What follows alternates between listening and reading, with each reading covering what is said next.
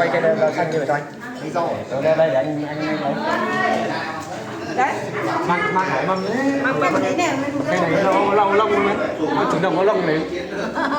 anh để ống lông ra để ống lông trong cái ba ơi, cầm dưới. Ở dưới này là Vâng.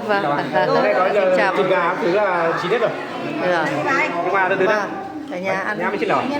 Chén mà. Đấy nhà phòng này. Chín đắp luôn đây. Chúc mừng gia đình.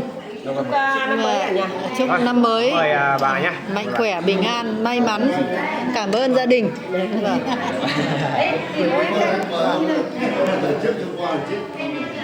Lâu lắm rồi mới tìm ra đây.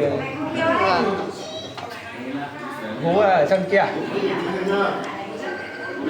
Ngủ chưa dậy được ấy. Nhìn nồi.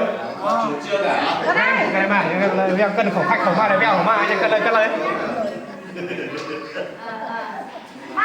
Alo. Alo, đóng kép lại về đấy. Ba lên.